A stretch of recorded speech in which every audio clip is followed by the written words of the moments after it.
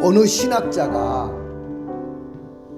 평범한 이야기를 가지고 우리에게 찾아오신 예수님을 설명한 글을 읽었습니다. 그 글의 내용은 이렇습니다. 오랫동안 우정을 나누었던 절친한 친구가 두 사람이 있었습니다. 근데 무슨 일인지 모르겠지만은 두 사람이 크게 다투게 됐습니다. 크게 다투고 갑자기 사이가 나빠졌어요. 1년 동안 그들은 서로 왕래도 하지 않고 상종도 하지 않았습니다. 여러분들 이런 말이 있습니다. 우리말에 우정을 쌓는 데는 수십 년이지만은 그 우정의 탑을 발로 차버리는 그 시간은 1분이면 족하다. 그러니까 우정을 쌓기는 너무 힘들지만은 그 우정이 깨지는 것은 순간적이라는 것이죠. 아무리 친한 사이라도 한 번 돌아서게 되면 그건 끝이 없습니다. 그래서 믿을 것이 못 되는 것이 우정이라고 그렇게 말을 합니다. 그래서 이 사람들이 심하게 다투고 1년 동안 왕래도 하지 않고 상종도 하지 않고 그렇게 살았습니다. 근데 다행히 두 사람 중에 한 분이 교회를 다니는 분이에요. 교회 집사님이었습니다. 어느 날 예배를 드리는데 이분이 목사님의 설교를 듣다가 마음에 찔림이 오고 갇히기 왔어요. 내가 이렇게 형제를 사랑하지 못하면 내가 성도도 아니지. 내 친구를 원수같이 생각하고 지금 1년 동안 왕래도 하지 않고 서로 연락도 하지 않고 서로 상종도 하지 않은 세월을 지냈는데 그런 생각이 들어가지고 집에 돌아온 후에 그 친구와 좋은 관계를 어떻게 하면 회복할 수 있을까? 많은 생각이 들었습니다. 그리고 노력을 해보기로 했습니다. 먼저 손편지를 써가지고 친구에게 보냈습니다. 5통을 보냈는데 답장이 오지 않습니다. 아무리 연락을 했는데도 친구는 이런 방구의 반응도 전혀 없었습니다. 자, 그래서 고민을 하다가 이 사람이 그날은 눈보라가 막 몰아치는 날이었습니다. 눈보라가 몰아치는 어느 날 밤이었는데 도무지 그날 밤을 넘기지 못하면 영원히 이 친구를 잃을 것 같아가지고 눈보라를 맞으면서 그 친구 집을 갑니다. 그 친구 집은 굉장히 멀리 떨어진 곳이었는데 그 친구 집을 찾아갔습니다. 문을 두드렸습니다.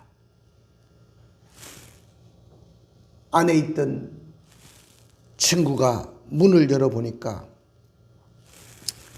그 친구가 눈을 소복히 맞고 오들오들 떨면서 자기 문 앞에 서 있는 것이었습니다. 야, 이 친구야, 웬일이니? 너 언제부터 와가지고 이렇게 눈을 맞고 오들오들 떨고 있었냐? 빨리 들어와라. 그래가지고 그 친구를 불러들이고 두 사람이 서로 부둥켜 안고 울면서 다시 우정을 회복했다는 겁니다. 근데 우정을 회복하는 데는 10분도 걸리지 않았어요. 한 사람이 아무 낮은 자리에서 자기와 평화를 찾기 위해서 찾아왔기 때문에 그 앞에 녹아지지 않을 사람이 아무도 없었다는 것입니다. 여러분들, 하나님의 아들이신 예수님이 하늘의 영광을 다 버리시고 하늘 보좌를 버리시고 이 땅에 죄로 말미암아 원수됐던 우리들을 구원하시려고 하늘의 모든 보좌를 버리시고 천한 이 땅에 오셨습니다. 그분은 여간 방도 들어갈 수가 없어서 어느 집에 마구간을 들여서 그곳에서 태어나셨습니다. 오늘 우리를 찾아오신 하나님은 바로 눈을 막고 떨면서 문 밖에서 배를 눌렀던 그 친구와 똑같은 모습입니다.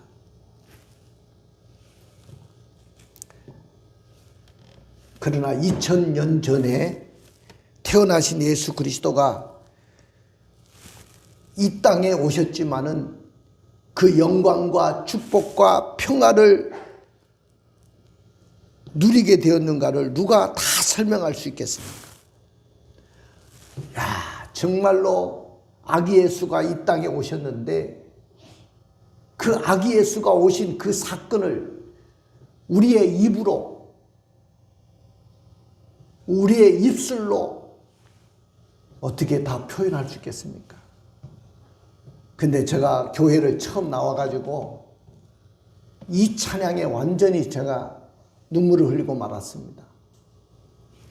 그것이 뭐냐면은 찬송가 중에 404장, 그 찬송가가 옛날에는 304장이었는데 그 크신 하나님의 사랑 말로 다 형용 못하네.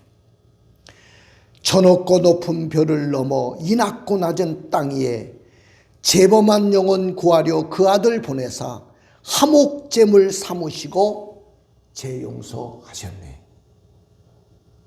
야, 진짜 이 찬양 부르는데 처음 제가 그 찬양을 들으면서 너무너무 감동이 밀려왔어요. 그 크신 하나님의 사랑을 말로 다 형용할 수가 없다는 거예요. 저 높고 높은 별을 넘어가지고 이 낮고 낮은 땅 위에 재범한 영혼을 구원하려고 그 아들을 보내사 화목제물로 삼으셔서 우리 죄를 용서하셨다는 거예요. 이 찬양 딱 들으면서 저는 완전히 그냥 이 찬양 앞에 거꾸로지고 말았던 것입니다. 그리고 3절 앞에 더 압도를 당할 수밖에 없었어요. 3절에 보니까 하늘을 두루마리 삼고 바다를 먹물 삼아도 하나님, 한없는 하나님의 사랑을 다 기록할 수 없겠네. 하나님의 크신 사랑 그것이 다 쓸까? 저 하늘 높이 쌓아도 채우지 못하리. 얼마나 그 하나님의 사랑이 컸으면 바다를 먹물 삼고 하늘을 두루마리 삼아가지고 그걸 다 기록한다 할지라도 그 사랑을 다 기록할 수 없고 그 사랑을 다 표현할 수 없다고 했어요.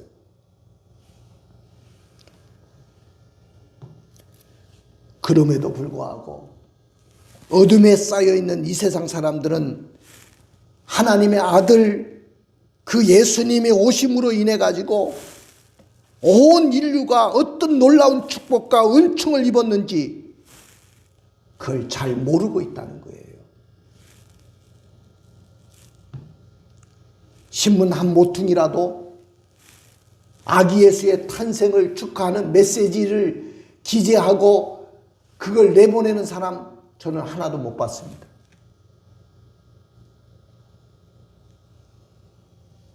우리 한국교회가 너무너무 불행하다고 생각합니다. 이 아기 예수가 이 땅에 오셨는데 성탄절 예배조차도 제대로 드리지 못합니다. 한국교회가. 이런 일은 없었다고 봅니다. 사랑하는 성도 여러분, 지금 우리는 어떤 소식을 기다리고 있습니까? 잘 되었다는 소식, 돈을 많이 벌 수 있다는 소식, 아니면 어떤 사람은 로또 복권 그거 사놓고 1등에 당첨됐다는 소식, 그걸 간절히 기다리고 있을 거예요. 어떤 사람은 아파트 저 강남에 청약을 넣어놓고 수백 대 1의 경쟁을 뚫고 내가 아파트에 당첨됐다는 그 소식을 기다리고 있는지도 모릅니다. 어떤 사람은 힘들게 어렵게 공무원 시험 또 대학 입시 시험을 치러놓고 합격의 소식을 마음을 조아리면서 기다리고 있는지도 모릅니다. 또 어떤 청춘 남녀는 결혼을 했는데 아직 아기가 없어서 임신을 하지 못하고 힘들어하고 있는데 임신되었다는 그 소식을 그렇게 그토록 기다리고 있는지도 모릅니다. 또 취업을 준비하고 있는 취준생들은 내가 어느 회사에 원서를 냈는데 합격했다는 그 통보가 오기를 간절히 기다리고 있는지도 모릅니다. 어떤 분은 병원에 가서 종합검진을 받고 건강하다는 그 소식, 그 기쁜 소식을 기다리고 있는지도 모릅니다. 여러분들, 이런 소식을 들을 때 모두 다 기쁜 거예요. 근데 그 기쁨은 당사자들에게만 국한된 거예요. 모든 사람들이 기뻐할 일은 아니에요. 세상 모든 사람들에게 기쁨을 주는 소식은 이 세상에 없습니까? 지금 우리는 중국 우한에서 시작된 코로나19 바이러스라는 모진 폭풍우를 만났습니다. 제2차 세계대전 이후로 가장 많은 인류가 사망을 하고 죽음을 당하는 그런 일을 지금 겪고 있습니다. 근데 아직도 끝나지 않고 아직도 진행 중에 있다는 것입니다. 그 끝이 보이지 않는 재앙 가운데서도 인류가 가장 큰 기쁨은 뭐냐? 이 바이러스를 막아낼 수 있는 백신이라든지 치료제가 속히 개발되고 우리가 그것을 접종할 수 있다는 그 소식일 것입니다. 이미 많은 나라들은 30개국은 이미 접종을 시작하고 있습니다. 근데 우리나라는, 대한민국은 언제 그 기쁨의 소식이 전해질지 모르겠습니다. 오늘 성탄절 풍경은 첫 번 성탄절 풍경과도 굉장히 흡사합니다. 지금 2020년도에 맞이한 이 성탄절 풍경과 예수님이 이 땅에 처음으로 오셨던 그 성탄절 분위기와 너무나도 흡사합니다. 예루살렘 거리에 수많은 종교인들이 있었습니다. 수많은 사람들이 있었습니다. 그러나 아무도 아기 예수의 탄생을 알지를 못했습니다. 다만 멀리서 온 동방 박사들 세 사람, 그리고 들판에서 양을 치고 양을 지키던 목자들만이 아기 예수의 탄생의 소식을 들었던 거죠. 오늘 본문에 보니까 양떼를 지키던 목자들에게 오늘 주의 천사가 천군과 함께 나타나 가지고 구주가 나셨다는 소식을 전해 주었습니다. 주의 천사는 오늘 이곳에 오셔 가지고 우리 가운데 와 계시는데, 주의 천사는 지금 우리에게 무슨 말씀을 하고 계시는지 한번 읽어주겠습니다. 한번 10절부터 11절을 읽어주세요. 천사가 이르되 무서워하지 말라. 보라, 내가 온 백성에게 미칠 큰 기쁨의 좋은 소식을 너희에게 전하노라. 오늘 다윗의 동네에 너희를 위하여 구주가 나셨으니 곧 그리스도 주시니라. 천사가 나타나서 무서워하지 마라. 내가 온 백성에게 미칠 큰 기쁨의 소식을 너에게 전하노라. 오늘 다윗의 동네에 너희를 위해서 구주가 나셨으니 곧 그리스도 주시니라. 여기에서 큰 기쁨의 소식, 큰 기쁨의 좋은 소식은 뭘까요? 그것은 바로 구주가 나셨다는 소식이에요. 다시 말하면 복음입니다. 복음. 이 세상에서 가장 큰 기쁨의 소식이 뭘까요? 이 세상에서 나에게 들려질 가장 기쁨의 소식이 뭡니까? 이 땅에 만백성을 구원하려고 구주가 이 땅에 태어나셨다는 소식입니다. 이 소식이 가장 기쁜 소식이에요. 오늘 저와 여러분들에게 들려지는 이 소식을 오늘 여러분들이 들을 수 있기를 주님의 이름으로 축원을 드립니다. 왜 하나님의 아들이신 예수님이 탄생하신 그 소식이 온 세상에 미칠 큰 기쁨의 소식이 되었을까요? 자, 오늘 기쁨의 좋은 소식의 본질을 회복하는 우리가 성탄절을 맞이하기 위해서는 우리가 어떻게 해야 될까요? 오늘 그래서 여러분들과 함께 나눌 설교의 제목은 뭐냐면은 큰 기쁨의 좋은 소식입니다. 큰 기쁨의 좋은 소식. 그러나 오늘 들에서 양을 치던 목자들은 큰 기쁨의 소식이 전혀 평상시에는 없었던 사람들이었습니다. 왜 그렇습니까? 그들은 삶이 고달프고 소외된 사람이었기 때문입니다. 여러분 생각해 보세요. 삶이 고달프고 소외된 사람에게 무슨 기쁜 소식이 있겠어요? 매일매일 하루의 삶이 그들에게는 지옥 같고 그들의 삶은 너무 고달프고 그리고 사회로부터 소외된 사람들이었습니다. 당시에 목자라는 직업은 사회적으로는 굉장히 천한 직업이었어요. 그들은 들판에서 양을 치고 양을 먹이고 양을 지키고 그런 삶을 살았던 사람들입니다. 그들은 집을 떠나가지고 물론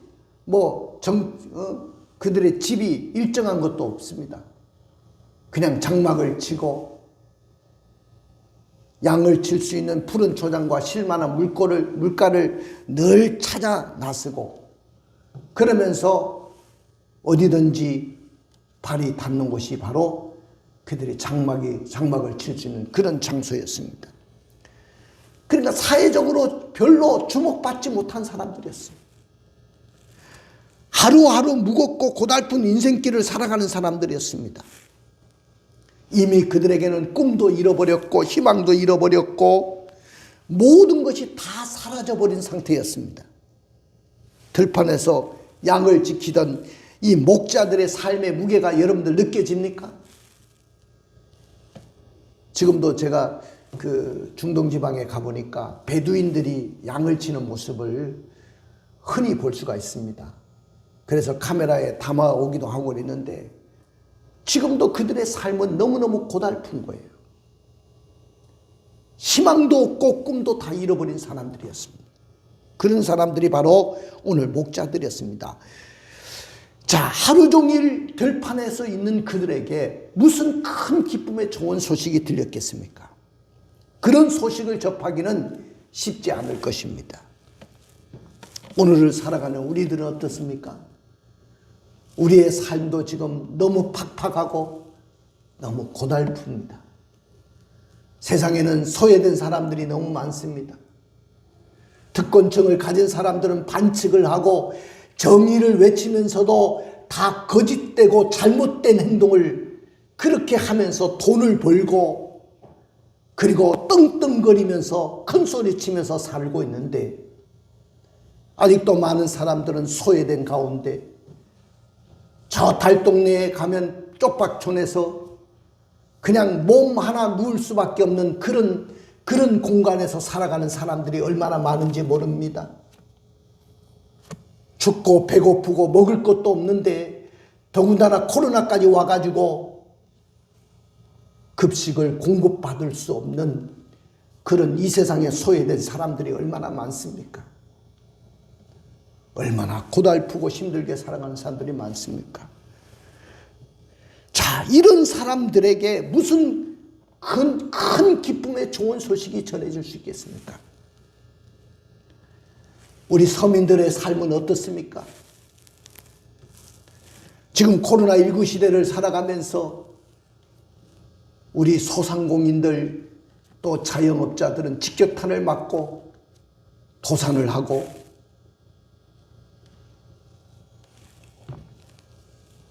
완전히 가게가 무너지고 있습니다. 취업의 문은 굳게 닫혀버렸습니다. 집값과 전셋값은 천정부지로 치솟아서 서민의 집장만은 이제 꿈같은 이야기가 돼버렸죠. 얼마나 고달프고 힘든 겁니까? 이런 삶을 살아가는 사람에게 큰 기쁨의 좋은 소식 언제나 들려질 수 있을까요? 두 번째는 오늘 양떼들의 들판은 큰 기쁨의 좋은 소식을 들을 수 없는 장소였습니다. 여러분들, 양떼들의 들판은 어떤 곳이냐 하면은 들에서 양을 지키던 목자들에게 있어서는 그들의 삶의 터전이기도 하고 삶의 전부였습니다.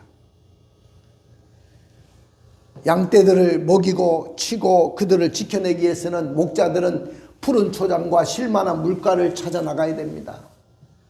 그리고 밤에는 맹수와 다른 짐승들의 공격을 피하기 위해서 우리를 찾아야 되고 어떤 동굴을 찾아 나서야 됩니다. 자, 양떼들의 들판에는 좋은 소식이 들려질 수 없는 그런 장소였습니다. 늘 뱀과 정갈이 들끓는 장소였고 맹수의 공격이 항상 도사리고 있는 위험한 장소였습니다. 이런 장소에서 무슨 큰 기쁨의 좋은 소식이 전해질 수 있겠습니까? 목자는 지팡이 하나를 지탱하고 양을 지켜내고 인도합니다. 목자는 아침에 눈을 뜨면 풀을 찾아 나서야 되고 양들에게 먹일 물을 찾아 나서야 됩니다. 그들을 안전하게 지켜낼 수 있는 동굴이나 또한 양의 우리를 찾아내야 됩니다. 오늘 목자들에게 있어서 양떼들의 들판은 큰 기쁨의 좋은 소식이라고는 전혀 들릴 수 없는 세상과 문을 닫고 사는 암흑과 같은 장소였습니다. 세상의 소식과 좋은 큰 기쁨의 좋은 소식과는 일정하게 담을 쌓고 사는 삶이었습니다. 항상 남의 눈치나 보고 살아야 되고요. 남의 시선을 의식하면서 살아야 되는 그런 사람들이 바로 목자들이었습니다. 아마 양을 먹이고 치고 양을 지켜내기 위해서는 그냥 정처 없이 발길이 닿는 곳에 그들은 움직이고 이동하고 정착하고 그것이 그들의 삶의 전부였습니다.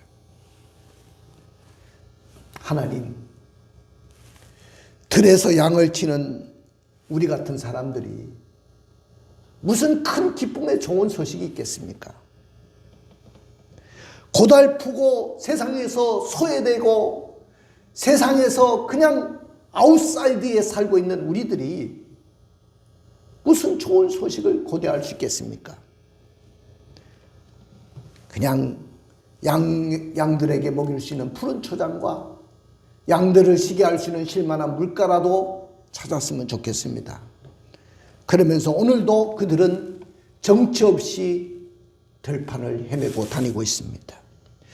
오늘을 살고 있는 우리들은 어떻습니까? 나의 삶의 장소에서 어떤 좋은 소식을 들을 수 있을까요? 그저 세상에 길을 막고 살지는 않습니까? 나의 삶의 배경은 그저 하루 벌어서 하루 먹고 살 만큼 팍팍하지는 않습니까? 그럼에도 불구하고 오늘 하나님은 큰 기쁨의 좋은 소식을 목자들에게 제일 먼저 들려주셨습니다. 이런 목자들에게 제일 먼저 들려주셨어요. 무슨 청와대 같은 궁궐에 살고 있는 왕에게 먼저 그 소식을 전해주지 않았어요. 저 특권층을 자청하고 있는 저 국회에 있는 국회의원들에게, 그 당시에 사내들인 공회의원들에게 그 구원의 기쁜 소식을 전해주지 않았습니다. 또한 성전을 배경 삼아가지고 호의호식하며 살았던 당시의 종교 지도자들에게 그 기쁨의 소식이 전해지지 않았습니다. 세상의 아웃사이드에 있었던, 그리고 소외되고 고달픈 인생길을 걸어가고 있는, 들판을 정처 없이 떠다니고 있는 그 목자들에게 그 구원의 기쁜 소식이 전해졌다는 사실을 여러분들은 기억하시기를 원합니다. 오늘 하나님은 양떼들의 들판에서 양을 먹이고 지키고 살면서 고달픈 인생길을 걸어가는 그들에게 제일 먼저 아기 예수가 탄생했다는 구원의 큰 기쁨의 좋은 소식을 전해주고 싶으신 분이 우리 하나님이신 줄로 믿습니다. 그래서 천사를 보내시고 천군을 보내셔서 찬송과 캐롤 가운데 그들에게 이 소식을 제일 먼저 알려주셨던 것입니다. 하나님은 영광의 하나님이십니다. 하나님은 우리와 이 세상 끝날까지 동행하시는 임마누엘 하나님이신 줄로 믿습니다. 그리고 예수 그리스도는 하나님과 우리가 원수되었던 우리들을 화목하게 하시려고 이 땅에 오신 바로 그 하나님의 아들이십니다. 그분은 평화의 왕이셨습니다. 그분은 우리의 모든 근심과 수고와 아픔을 전부 다 감당하시려고 이 땅에 오신 분입니다. 수고하고 무거운 짐진 자들아 다 내게로 오라. 내가 너희를 쉬게 하리라. 세상에 수고하고 무거운 짐진 자들, 세상에 소외된 영혼들, 아웃사이드에 고생하고 있는 모든 사람들아 다 내가 너희를 쉬게 할 것이니 내게 오라고 그분은 이 땅에 오신 것입니다. 그분은 온 세상 만물을 창조하신 하나님이셨어요. 우리의 염려와 근심을 다 책임져 주실 만한 그런 하나님이십니다. 우리의 인생길을 인도하시는 전지전능하신 하나님이십니다. 들판에서 양을 지키던 목자들에게 들려주셨던 큰 기쁨의 좋은 소식이 뭡니까? 그것은 첫째로 구주가 나셨다는 소식입니다. 우리 11절 한번 읽어주실래요? 오늘 다윗의 동네에 너희를 위하여 구주가 나셨으니 곧 그리스도 주시니라. 하나님이 구약 성경에 약속하신 대로 다윗의 동네에 우리를 위해서 구주가 났다는 이야기입니다.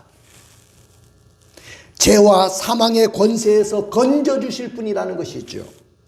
전쟁과 테러와 질병과 기근과 가난과 억압과 숱한 고통과 제약으로부터 진정한 해방을 가져다 주시려고 이 땅에 메시아가 탄생했다는 소식입니다. 할렐루야. 예수님은 생명의 구원자로서 이 땅에 천하고 낮은 이곳에 오셨어요. 마태복음 1장 21절에도 이렇게 말씀하고 있죠. 한번 읽어주실래요? 아들을 낳으리니 이름을 예수라 하라. 이는 그가 자기 백성을 그들의 죄에서 구원할 자이심이라 하니라. 아들을 낳을 것인데 그 이름을 예수라고 해라 그랬는데, 예수라는 이름 자체가 뭐냐면은, 예수라는 이 이름은 바로 자기 백성을 죄에서 구원할 자라는 뜻이에요. 예수님 자신이 바로 자기 백성을 죄에서 구원하시려고 오신 분이라는 겁니다. 인간의 가장 큰 문제가 뭐라고 생각합니까? 나에게 인생의 문제들이 많습니다. 질병의 문제도 많고, 가난의 문제도 있고, 물질의 문제도 있고, 가정의 문제, 자녀의 문제, 취업의 문제, 학업의 문제, 수많은 문제를 갖고 있지만은 그 중에 오는 인류에게 가장 큰 문제는 바로 죄의 문제입니다. 이 죄 문제를 어떻게 해결할 수 있느냐는 거예요. 어떤 종교도, 어떤 사상도, 어떤 학문도 죄 문제를 해결해 줄 수 있다는 그런 정답을 준 이론은 없습니다. 어떤 종교가 제 문제를 해결해 줄 수 있다고 이야기하고 있습니까? 그런데 오늘 성경에는 아들을 낳으려니 그 이름을 예수라 하라. 이는 그가 자기 백성을 그들의 죄에서 구원할 자입니다. 구주가 이 땅에 탄생했다는 소식보다 더 귀한 소식, 더 좋은 기쁨의 소식이 없습니다. 아기 예수가 탄생했다는 그 소식이야말로 구원의 큰 기쁜 소식인 줄로 믿습니다. 두 번째, 오늘 천사들에게 들려진 이 소식은 뭐냐면은 영광과 평화의 소식이었습니다. 무슨 소식요? 영광과 평화의 소식. 성탄의 메시지가 있은 후에 허다한 천군과 천사들이 찬송이 울려 퍼졌는데, 거기 한번 읽어볼까요? 13절 14절. 호련히 수많은 천군이 그 천사들과 함께 하나님을 찬송하여 이르되 지극히 높은 곳에서는 하나님께 영광이요 땅에서는 하나님이 기뻐하신 사람들 중에 평화로다 하니라. 예, 천사가 천군들과 함께 찬송이 울려 퍼지는데, 그 베들레헴 들판에서, 양을 치던 양떼의 들판에서 양을 지키고 있던 목자들에게 그 소식이 분명하게 들려지는데, 지극히 높은 곳에서는 하나님께 영광이요 땅에서는 하나님이 기뻐하시는 사람들 중에 평화로다 그랬어요. 왜 지극히 높은 곳에서는 하나님께 영광이 됩니까? 여러분, 지극히 높은 곳이 어디입니까? 바로 하나님의 보좌입니다. 하나님의 보좌, 그곳에 왜 하나님의 영광이 드러나게 되어 있습니까? 그것은 구약시대부터 수많은 선지자를 통해서 예언했던 대로 아기 예수가 이 땅에 탄생하셨기 때문에 그 약속을 진실하고 신실하게 지키신 그 하나님이 드러나게 되어 있기 때문에 지극히 높은 곳에서는 하나님께 영광이 되는 것이죠. 할렐루야. 그 다음에 또한 왜 땅에서는 기뻐하시는 사람들 중에 평합니까? 여러분들, 죄로 말미암아 수많은 사람들이, 수많은 인생들이 그 모든 문제를 해결하기 위해서 고통스럽게 살아가고 있었는데, 온 인류가 다, 모든 세상 사람들이 다 하나님과 바른 관계를 회복할 수 있게 됐다. 그런 소식이 전해졌기 때문에 오늘 땅에서는 기뻐하시는 사람들 중에 평합니다. 자, 여러분들 여기 보십시오. 왜 기뻐하시는 사람들 중에 평화라고 했습니까? 모든 많은 사람들, 세상에 인류가 얼마나 많습니까? 세상에 70억이 넘는 인구가 있는데 그 모든 사람들이 다 성탄의 기쁨을 누리는 게 아니에요. 그리고 성탄의 평화를 누리는 게 아닙니다. 기뻐하는 사람들 중에 평화가 임하는 거예요. 그러니까 오늘 기뻐하는 사람들은 다 정해져 있습니다. 오늘도 이 성탄이 이루어졌지만은, 성탄이 오늘 우리에게 주어졌지만은, 이 성탄의 기쁨을 누리는 사람들은 그냥 일부분이에요. 누가 이 성탄에 대해서 관심을 갖습니까? 이 정부가 성탄에 대해서 관심을 갖습니까? 대통령이 성탄을 위해서 관심을 갖습니까? 국회의원들이 성탄에 대해서 관심을 갖고 있어요? 세상에 누가 이 성탄에 대해서 관심을 갖습니까? 기뻐하심을 입은 사람들 중에 평화가 임하는 것이지 아무에게나, 누구에게나 다 평화가 아니라는 거예요. 그래서 에베소서 2장 13절부터 18절에 이런 말씀을 하고 있습니다. 한번 읽어주실래요? 이제는 전에 멀리 있던 너희가 그리스도 예수 안에서 그리스도의 피로 가까워졌느니라. 그는 우리의 화평이신지라. 돌로 하나를 만드사 원수된 것 곧 중간에 막힌 담을 자기 육체로 하시고 법조문으로 된 계명의 율법을 폐하셨으니, 이는 이 둘로 자기 안에서 한 세 사람을 지어 화평하게 하시고 또 십자가로 이 둘을 한 몸으로 하나님과 화목하게 하려 하심이라. 원수된 것을 십자가로 소멸하시고 또 오셔서 먼 데 있는 너희에게 평안을 전하시고 가까운 데 있는 자들에게 평안을 전하셨으니 이는 그로 말미암아 우리 둘이 한 성령 안에서 아버지께 나아감을 얻게 하려 하심이라. 예수 그리스도가 이 땅에 탄생하기 전에는 우리가 하나님과 원수 되었다는 거예요. 우리가 하나님 앞에 나갈 수도 없고 하나님이 우리에게 오실 수도 없는 그런 상태가 되었습니다. 근데 예수님이 이 땅에 오심으로 예수 그리스도의 피로 말미암아 우리가 가까워졌다는 거예요, 하나님과. 그리고 하나님과 우리 사이에 원수됐던 중간에 막힌 담을 자기 육체로 다 헐어버리셨다는 거예요. 그리고 법조문으로 된 이 계명을, 율법을 완전히 폐하셨다는 거예요. 그래서 우리는 하나님과 화목되었고 십자가로 말미암아 모든 죄가 소멸되었고 우리는 이제 하나님과 우리와 평화의 관계가 되었기 때문에 성령 안에서 아버지께 나가는 그런 놀라운 특권을 우리가 받게 되었다는 것입니다. 그러니까 이게 얼마나 감사한지 몰라요.